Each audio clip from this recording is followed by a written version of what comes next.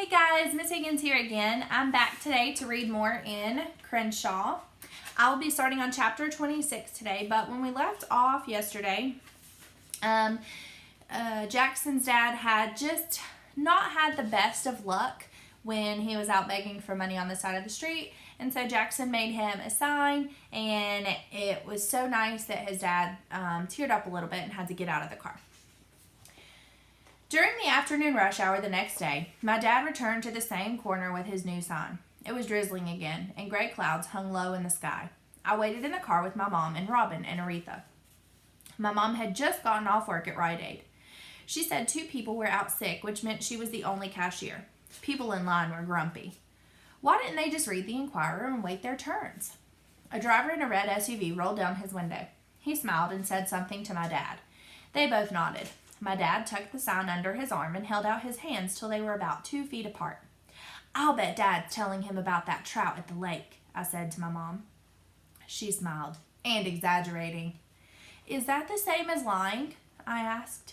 "Not when it's fish-related," said my mom. When the light changed, the driver handed my dad money and waved as he pulled away. After about an hour, he'd collected a bunch of dollar bills, also a big cup of coffee and a sack with 2 slices of lemon pound cake in it. My sign was a soggy mess. My mom flattened the bills on her lap. $56, she announced. "And 83 cents, my dad added. My parents shared the coffee. I split the pound cake with Robin. Then I climbed to the back. Aretha was tail-thumping hopefully. When no one was looking, I gave her my whole piece. It was windy and cold, and the rain had come back hard. We listened to the radio as tiny rivers zigged and zagged down the glass. A new man went to stand on the corner. His sign said, "Vet, God bless." A small, poodly-looking dog was nestled in his half-zipped jacket. "I still think you should take Aretha with you next time, Dad," I said. "I'll bet we'll make even more money." He didn't answer. I figured he was listening to the radio announcer. She was warning that the chance of rain was 80%, so it was a good night to stay inside. A summer day camp bus stopped at the light. Its windows were fogged up. I saw some kids and hunched down in case I knew them. Someone had drawn a smiley face with a word by it. "Hello." I decided, but it was hard to tell. I was on the outside, so everyone was backwards. Aretha licked my sticky hand. "Next time," my mom said, leaning her head on my dad's shoulder, "I'll do it." "No," he said, so softly I almost couldn't hear him. "No, you won't." Chapter 27. The next evening, Crenshaw appeared. All of him, not just his tail. We were at a rest stop off Highway 101, sitting at a picnic table. "Cheetos and water for dinner," my mom said. She sighed. "I am a bad, bad mother." "Not a lot of options at a vending machine on the 101, my dad said. He had hung a pair of his underwear on a nearby bush to dry. Sometimes we washed our clothes in the sinks at bathrooms. I tried not to look at the underwear. After we ate, I headed to a patch of grass under a pine tree. I lay down and stared at the darkening sky. I could see my parents and they could see me, but at least I felt like I was a little bit on my own. I loved my family, but I was also tired of my family. I was tired of being hungry. I was tired of sleeping in a box. I missed my bed. I missed my books and Legos. I even missed my bathtub. Those were the facts. A gentle breeze set the grass dancing. The stars spun. I heard the sound of wheels on gravel and sat up on my elbows. I recognized the tail first. "Meow," said the cat. "Meow," I said back, because it seemed polite. Chapter 28. We lived in our minivan for 14 weeks. Some days we drove from place to place. Some days we just parked and sat. We weren't going anywhere. We just knew we weren't going home.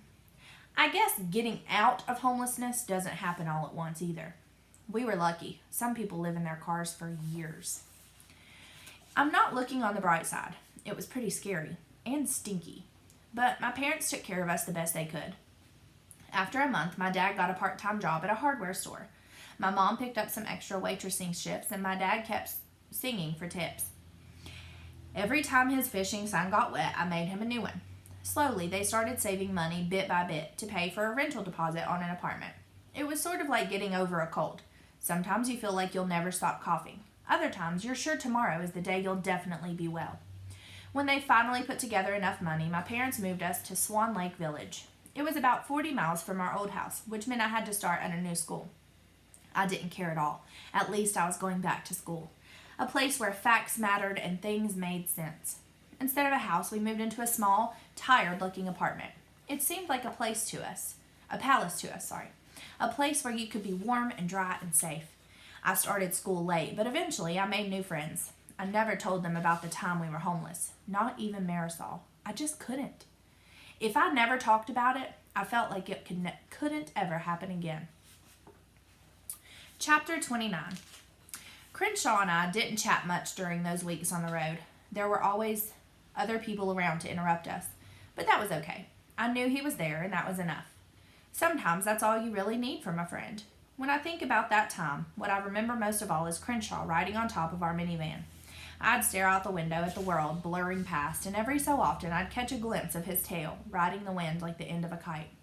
I'd feel hopeful then, for a while at least, that things would get better, that maybe, just maybe, anything was possible.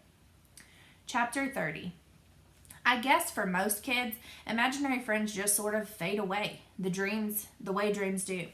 I've asked people when their imaginary friends stopped hanging around, and they never seemed to remember. Everybody said the same thing. I guess I just outgrew him. But I lost Crenshaw all of a sudden after things got back to normal. It was like when you have a favorite t-shirt you've worn forever. One day you put it on and surprise, your belly button is showing. You don't remember growing too big for your shirt, but sure enough, there's your belly button sticking out for the whole wide world to see. The day he left, Crenshaw walked to school with me. He did that most mornings unless he wanted to stay home and watch Blue's Clues reruns. We stopped at the playground. I was telling him about how I wanted to get a real cat someday. That was before I found out my parents are extremely allergic to cats. Crenshaw stood on his head. Then he did a cartwheel. He was an excellent cartwheeler. When he came to a stop, he gave me a grumpy look. "I'm a cat," he said. "I know," I said. "I'm a real cat." His tail whipped up and down. I said, "You know a cat other people can see." He batted a paw and a yellow butterfly. I could tell he was ignoring me. A bunch of big guys, 4th and 5th graders, walked by. They pointed at me and laughed, making cuckoo circles with their fingers. "Who you talking to, doofus?" one asked, and then he snort laughed. That is my least favorite kind of laughing. I pretended not to hear him. I knelt down and tied my shoe like it was a very important thing I had to do. My face was hot. My eyes were wet. I'd never been embarrassed about having an imaginary friend until that moment. I waited. The boys moved on. Then I heard someone else approaching. She wasn't walking, more like skip dancing. "Hey, I'm Marisol," said the girl. I'd seen her at recess before. She had long, dark, crazy hair and an unusually large smile. "I have a Tyrannosaurus backpack just like yours. I'm going to be a paleontologist when I grow up, which means—" "I know what it means," I said. "I want to be one too. Or maybe a bat scientist." Her smile got even bigger.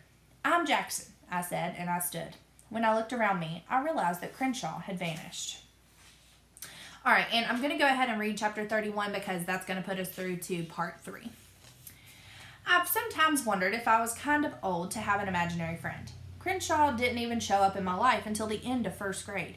So one day at the library, I looked it up. Turns out somebody did a study on children and their imaginary friends. Fact is, 31% of them had an imaginary friend at age 6 or 7, even more than 3 and 4-year-olds. Maybe I wasn't so old after all. In any case, Crenshaw had excellent timing. He came into my life just when I needed him to. It was a good time to have a friend, even if he was imaginary. And that will put us through to part 3 tomorrow, and we'll start reading on chapter 32. Bye, guys. Have a great day.